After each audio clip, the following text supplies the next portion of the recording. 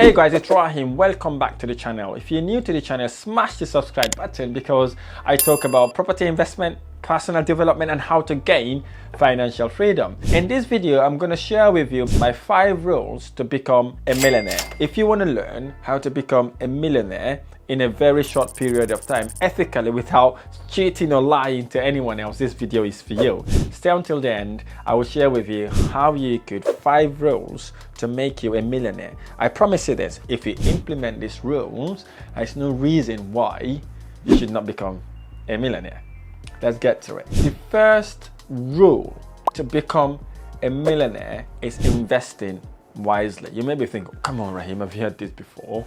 Investing wisely? Yeah, of course it's investing wisely. Yeah, you have heard it. The question is, have you implemented it? Have you implemented it? Because you know what successful people are very, very good at? They're very good at allocating funds to different sort of industry like stock, real estate, businesses that got potential greater return on investment. It doesn't mean that there's no risk in it, but because they're investing wisely, that gives them the opportunity to reduce the risk instead of accumulating the risk. So what they do, or what we do, is looking at the opportunity, evaluate that with the risk, and then see whether the opportunity outweigh or the return outweigh the risk. Then guess what? We smash it and we go and invest in that industry. The second rule is save consistently. So what we do basically, once we've made the money from investing wisely, we regularly put that money aside, a portion of that income aside, and we focus on looking at potential investment, potential long-term investment that will give us, guess what? Greater return on our investment. So we don't just save because we want to get interest from the banks. No, we don't do that. We save to put aside so we can then put that money back in. In essence, some of us don't even get that money. What we do, as soon as that money comes in, we either reinvest into the same industry or into the same asset class, or we move that money into a different way that it will generate us income. So we save that and move it there. So we're very good in moving monies to that gets us better return on investment. And the third thing we do, of course, the beginning, you invest in one thing that you one thing that you understand, so to speak. So you don't diversify. But once you've become a little bit wiser, once you know what the rules are, and the third thing you want to do, which is the third rule, is to look at diversifying your income sources. So what do I mean by diversifying your income sources? Like creating a multiple stream of income, including passive income. Now, you could suppose you've started doing something. One of the way you could diversify, for example, in properties, is buying family-led properties that you can rent to family, and then maybe having HMO properties, house in multiple occupation properties, where you can rent the property on a room-by-room basis instead of renting it to one family. Perhaps you want to convert that property into flats where you can split it into 3 or 4 flats. That then gives you multiple stream of income.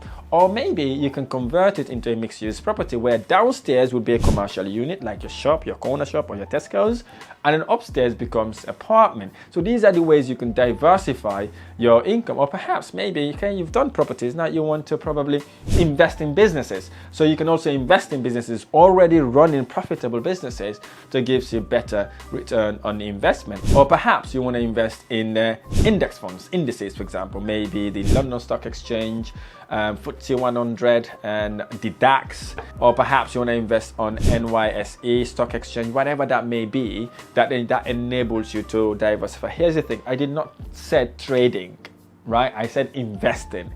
Trading stock and shares is different to investing for long term. I don't trade stocks. The reason why I don't trade it is because I believe in long term. I believe in controlling and owning asset for long term, so I can see my money grow instead of trying to, beat the market. I'm not very good at that. I'm gonna put my hands up. I like to invest for long term. So that's one of the rules I implement by diversifying my income. Perhaps you are an accountant, a lawyer, or maybe you are a property investor, you've bought your first property, you could diversify by maybe training someone, maybe 1 or 2 people, so that they can learn from what you've already done. That could be another way. You could also start making income from what you know and what you've implemented. So that could be another way you could diversify.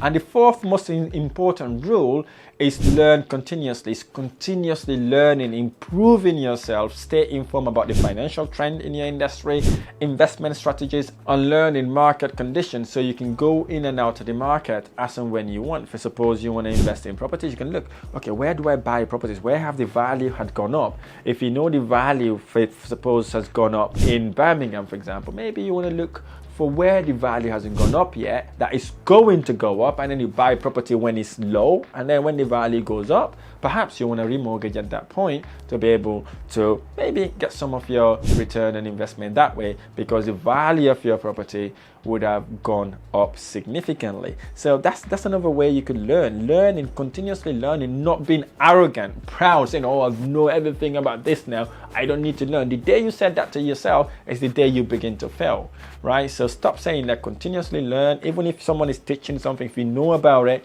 don't be arrogant. Have an open mind so you can learn, and you can become like a sponge that will suck in so much information that will take you to the next level. The fifth and most important rule is this rule. This is the rule that lots of people do not do, and they tend to ignore it because they always want to keep up with the Joneses, or want to be relevant, so to speak. This is the rule that if you haven't taken any of the rules, any of the 4 rules I've just highlighted out up there, this is the rule you want to implement. And if you implement this rule, if you do implement this rule will transform your life to the next level, to the life that you would never ever thought about, to the life that you could only dream of. It's one of those rules that you'll be thinking, really?